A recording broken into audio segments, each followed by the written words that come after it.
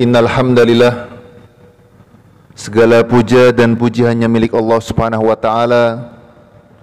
Kita senantiasa memuja dan memujinya pada setiap keadaan kita, baik itu keadaan nikmat.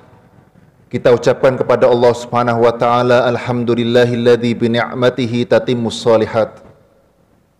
Bahkan ketika keadaan tersebut tidak menyenangkan kita senantiasa mengucapkan hamdalah kepadanya dengan mengucapkan alhamdulillahi ala kulli hal.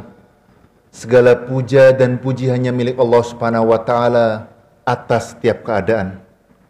Maka senantiasa khotib pada khutbah singkat, setiap kali ia naik mimbar, ia selalu mengawali khutbahnya dengan rasa syukur kepada Allah Subhanahu wa taala.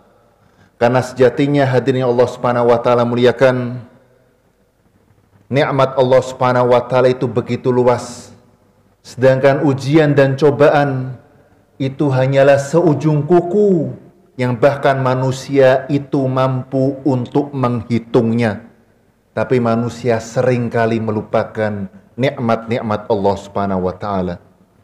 Oleh karena itu Al-Hasan Al-Basri rahimahullah mengatakan, innal insan, ketika mengomentari ayat Allah, innal insana li rabbihi lakanud, sesungguhnya manusia kepada Allah itu kanud, suka kufur nikmat kepada Allah. Maka berkata Hasan Al-Basri rahimahullah, ya'uddu al-masaib wa yansan ni'am, seringkali menghitung kekurangan dan melupakan apa yang telah Allah berikan kepada kita. Maka pada khutbah singkat kali ini, izinkan saya membawakan sebuah hadis yang mulia. Hadis yang dibawakan oleh Abu Hurairah radhiyallahu taala anhu, di mana Rasul sallallahu alaihi wasallam bersabda, kullu sulama minan nasi alaihi shadaqah kulla yawmin tatlu fihi syams ta'dilu baina itsnaini shadaqah. Kata Rasul sallallahu alaihi wasallam, setiap persendian manusia yang dimiliki manusia tersebut, setiap kali matahari terbit, maka setiap sendi tersebut wajib untuk bersedekah. Setiap hari ia wajib bersedekah. Dan nantinya Rasul sallallahu alaihi wasallam akan jelaskan bahwasanya sedekah itu tidak harus dengan harta. Maka berapakah persendian manusia tersebut yang wajib tiap hari ia harus mensedekahkan atas setiap persendian tersebut? Maka diriwayatkan Aisyah radhiyallahu anha, Rasul sallallahu alaihi wasallam katakan, khuliqa ibnu Adam ala sittina wa thalathimi'ati mifsalan. Sesungguhnya anak Adam diciptakan 360 hasta ataupun sendi, yang setiap hari persendian tersebut wajib untuk bersyukur kepada Allah Subhanahu wa taala. Maka di dalam hadis yang mulia ini Rasulullah sallallahu alaihi wasallam memulainya dengan kullu sulama, setiap persendian. Maka di sini para ulama mengatakan fihi isyarah, di dalam hadis ini terdapat isyarat bahwasanya manusia itu wajib bersyukur kepada Allah Subhanahu wa taala yang telah menciptakan manusia fi ahsani taqwim, pada penciptaan yang sangat sempurna. Maka bayangkan, ya, bayangkan begitu detail Allah Subhanahu wa taala ciptakan kita 360 hasta. Kalau seandainya Allah ciptakan kita 360 hasta, niscaya kita akan cacat. Ketika Allah ciptakan kita 350 hasta, niscaya kita tidak bisa berdiri. Jangankan itu, ketika 360 persendian tersebut ada satu sendi yang tidak sempurna dalam melakukan pekerjaannya, semua tubuh kita itu terasa letih, terasa sakit, tidak bisa menikmati nikmat-nikmat Allah yang Allah berikan kepada kita. Maka dengan Allah Subhanahu wa taala muliakan, hal yang pertama kali kita lakukan adalah mensyukuri semua nikmat Allah Subhanahu wa taala kepada kita yang telah menciptakan kita fi ahsani taqwim, penciptaan yang sempurna, jari yang sempurna, anggota tubuh yang sempurna. Hadirin Allah Subhanahu wa taala muliakan, terkait tentang syukur kepada Allah Subhanahu wa taala, maka hamba Allah Subhanahu wa taala harus bersyukur. Yang paling pertama adalah nikmatul iman.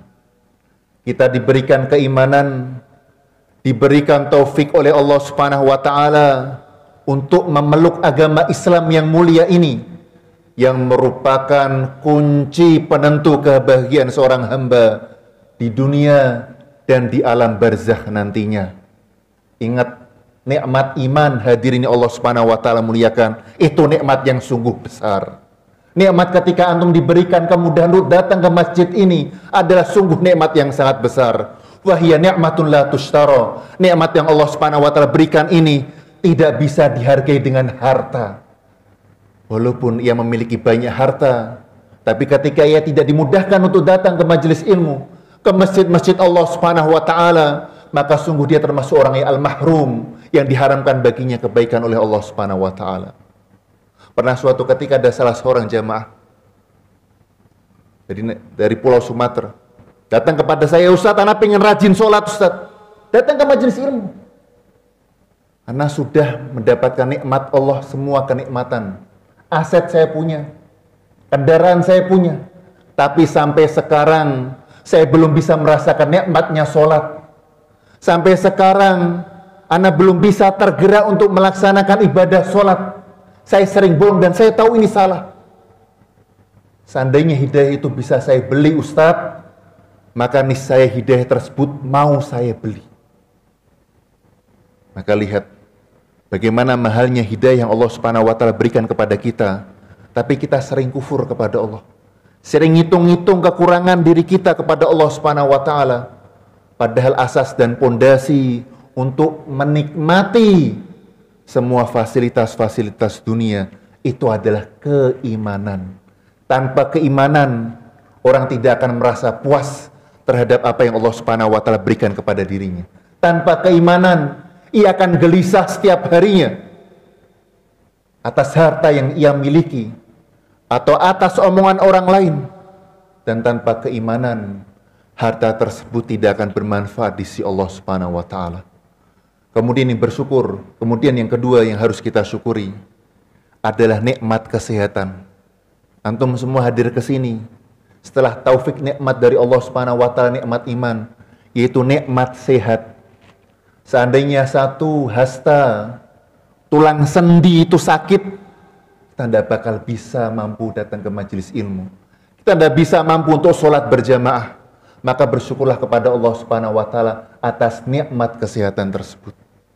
Hadirin Allah Subhanahu wa taala muliakan, poin penting ini yaitu kesehatan. Kesempurnaan kesehatan. Rasul sallallahu alaihi wasallam katakan, "Man asbaha minkum mu'afa."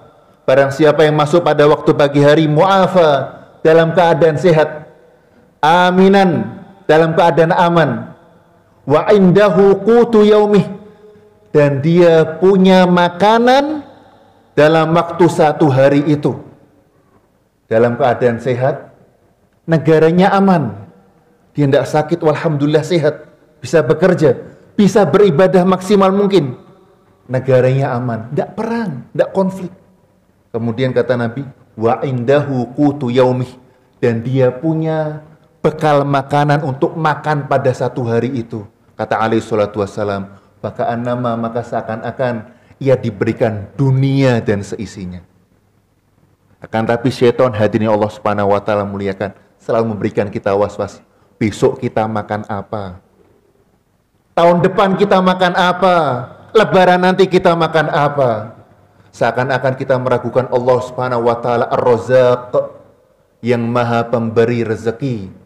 Dan ketahuilah, annahu lan tamuta nafsun hatta yastakmila rizqaha wa ajalah. Tidak akan mati seorang jiwa, tidak akan kelaparan seorang jiwa sampai Allah Subhanahu wa taala sempurnakan rezekinya. Sampai Allah Subhanahu wa taala sempurnakan rezekinya. Tidak akan antum melihat ya, cicak ya, di masjidnya ada cicak enggak? Ada ya? Bisa terbang dia? Tidak bisa. Makanannya apa? Nyamuk.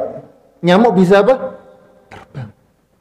Apa yang membuat nyamuk tersebut dekat-dekat ke cicak? Apakah nyamuk itu akan menggigit cicak?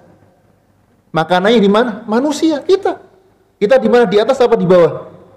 Di bawah. Tapi kenapa nyamuk itu dekat-dekat sama cicak yang di atas? Maka itu rezeki yang Allah berikan kepada cicak. Allah yang cukupkan rezeki tersebut. Maka dengan Allah Subhanahu wa taala melihatkan, janganlah khawatirkan tentang rezeki kita. Usahalah maksimal mungkin, dan apa yang Allah Subhanahu wa taala takdirkan kepada kita, maka itulah yang terbaik dan rezeki kita. Dan ingat, setan itu selalu memberikan wasiat dan was-was. Untuk apa? Takut kemiskinan. Allah Subhanahu wa taala katakan, asyaitanu ya'idukumul faqra wa ya'murukum bil fahsya. Sesungguhnya setan itu selalu memberikan khawatir tentang bagaimana makan kita besok. Memberikan was-was, kamu bakal miskin, kamu tidak punya uang besok. Memberikan was-was. Kalau orang sudah khawatir tentang rezekinya, sudah dibuat tidak fokus ibadahnya gara-gara rezekinya, maka apa yang dilakukan? Wa ya'murukum bil fahsya. Dia akan menghalalkan segala cara. Dia akan menghalalkan segala cara untuk mencegah kemiskinan tersebut. Maka kata alaihi salatu wassalam, fa'ajmilu fit talab. Maka perbaguslah dalam mencari rezeki dan carilah yang halal. Allah akan gariskan pada kalian dari arah-arah yang tidak terduga. Hadirin Allah Subhanahu wa taala muliakan. Tentunya wajib bagi kita untuk bersyukur kepada Allah Subhanahu wa taala, yaitu nikmat kesehatan. Bahkan Abu Darda radhiyallahu taala anhu mengatakan, as-sihhatu al-mulkul khafi. Kesehatan itu kerajaan yang tidak terlihat. Kapan dia terlihat? Tatkala dia sakit. Maka orang sakit, obat ini mahal, padahal harganya murah. Ini orang butuh, kasih harga mahal. Dia gak bakal nawar, pasti akan membeli berapapun nominal obat tersebut. Dan salah seorang ulama salaf mengatakan, man aroda an ya'rifa qadra ni'matillah.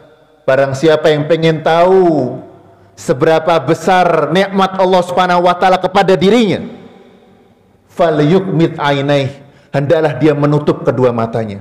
Maka coba antum tutup kedua mata antum selama 1 menit atau selama 10 detik, maka antum akan mengetahui betapa berharganya nikmatul basar, nikmat memandang ini. Maka gunakanlah untuk membaca Al-Quran, gunakanlah untuk hal-hal yang baik. Maka kelak, kata alaihi salatu wassalam ketika mengomentari tentang nikmat Allah Subhanahu wa taala, thumma latus'alunna yawma idzin 'anin na'im. Kelak kalian akan ditanya, dimintai pertanggungjawaban terhadap nikmat-nikmat Allah yang Allah berikan kepada diri kalian. Kemudian datang salah seorang kepada ulama salaf, yashku dhiqal aish, mengeluhkan tentang sempitnya kehidupan, harga-harga semakin melonjak, nih gimana nih itu.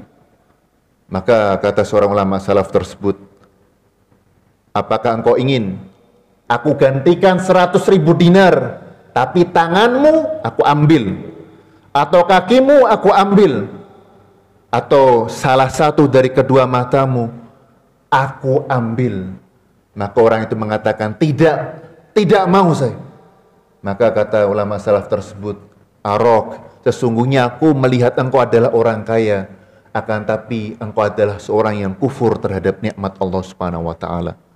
Maka di Allah Subhanahu wa taala muliakan, setan itu selalu membisikkan kita, kurang ini, kurang ini, kurang ini. Maka ketika setan itu membisikkan pada hati kita, segera beristighfar dan hitunglah nikmat-nikmat Allah yang Allah Subhanahu wa taala berikan kepada kita. Utama adalah nikmat iman, kemudian nikmat kesehatan. Kemudian yang terakhir, hadirin Allah Subhanahu wa taala muliakan,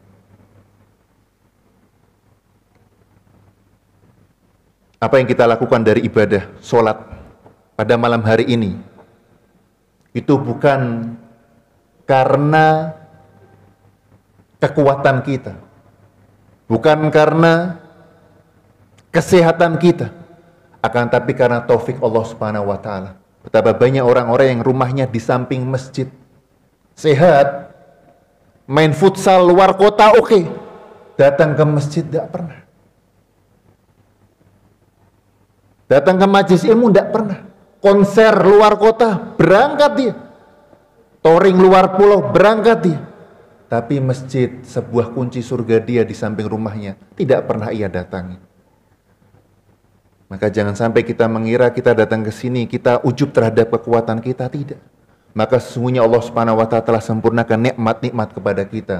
Dan ketahuilah, hadirin Allah Subhanahu wa taala muliakan, bahwasanya sebanyak apapun kita mensyukuri nikmat Allah Subhanahu wa taala, itu tidak akan pernah membalas satu kenikmatan Allah kepada kita. Maka jangan pernah kita sok.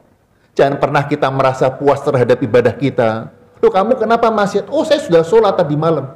Sudah cukup untuk memberikan rasa syukur saya kepada Allah Subhanahu wa taala. Kalla, tidak. Walaupun Anda ataupun saya beribadah selama puluhan tahun, maka itu tidak akan pernah sanggup untuk membayar satu kenikmatan Allah Subhanahu wa taala.